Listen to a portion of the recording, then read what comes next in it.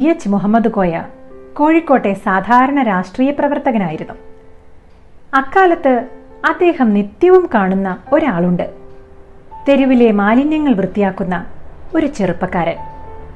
തുച്ഛമായ ജോലിക്ക് പൊരിവെയിലത്തും അയാൾ തൻ്റെ ജോലി തുടരുന്നത് CH പലവട്ടം ശ്രദ്ധിച്ചിട്ടുണ്ട്. ഒരിക്കൽ അദ്ദേഹം അയാളെ അടുത്ത് വിളിച്ച് വിശേഷങ്ങൾ തിരക്കി. പിന്നീടൊരിക്കൽ ഒപ്പമിരുത്തി ചായ കുടിപ്പിച്ചു. പതുക്കെ അവർ പരിചയക്കാരായി, സുഹൃത്തുക്കളായി. CH മന്ത്രിയായി. ഒരു ദിവസം ആ തൂപ്പുകാരനെ തേടി പോലീസുകാരെത്തി. അവരുടെ കയ്യിൽ അയാൾക്കായി ഒരു ട്രെയിൻ ടിക്കറ്റ് ഉണ്ടായിരുന്നു, തിരുവനന്തപുരത്തേക്ക്. അങ്ങനെ അയാൾ വിദ്യാഭ്യാസ മന്ത്രിയുടെ സ്റ്റാഫ് അംഗമായി. ഒരു തൂപ്പുകാരൻ്റെ ജോലി നിർവഹിച്ച അതേ ആത്മാർത്ഥതയിൽ സ്റ്റാഫിൻ്റെ ചുമതലകളും നിർവഹിച്ചു. CH ഓർമ്മയായി.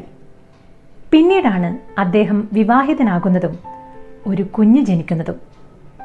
കുഞ്ഞിന് ചോറൂണും പേരിടലും ഗുരുവായൂരിൽ വെച്ച് നടത്താൻ അയാളുടെ അമ്മ തീരുമാനിച്ചു. പക്ഷേ ഗുരുവായൂരിലേക്ക് പുറപ്പെട്ട ആ വാഹനം കോഴിക്കോട്ടെ ഒരു ഖബറിസ്ഥാനിൽ ചെന്നു നിന്നു. അയാൾ തൻ്റെ അമ്മയോട് പറഞ്ഞു, ചോറൂണ് ഗുരുവായൂരിലാക്കാം അമ്മേ, പക്ഷേ പേരിടൽ നമുക്ക് ഇവിടെയാക്കാം. ആ ഖബർസ്ഥാനിലരികിലിരുന്ന് അയാൾ മകന് പേരിട്ടു. ഒന്ന് നോക്കി അവഗണിക്കാമായിരുന്ന ഒരു ജീവിതത്തെ തൻ്റെ ചങ്ങാത്തം നൽകി മാറ്റിമറിച്ചു CH എന്ന മനുഷ്യൻ. ശരിക്കും ഒരാൾ വലിയ മനുഷ്യനാകുന്നത് എപ്പോഴാണെന്നറിയാമോ? ചെറിയ മനുഷ്യർ അയാളെ സ്നേഹത്തോടെ ഓർക്കുമ്പോൾ.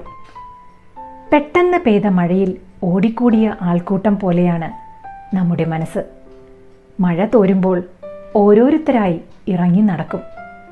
അതിനിടയിൽ നമ്മെ സ്നേഹത്തോടെ ഓർക്കുന്ന ചിലരെയെങ്കിലും നമുക്ക് ബാക്കിയാക്കാം. ശുഭദിനം.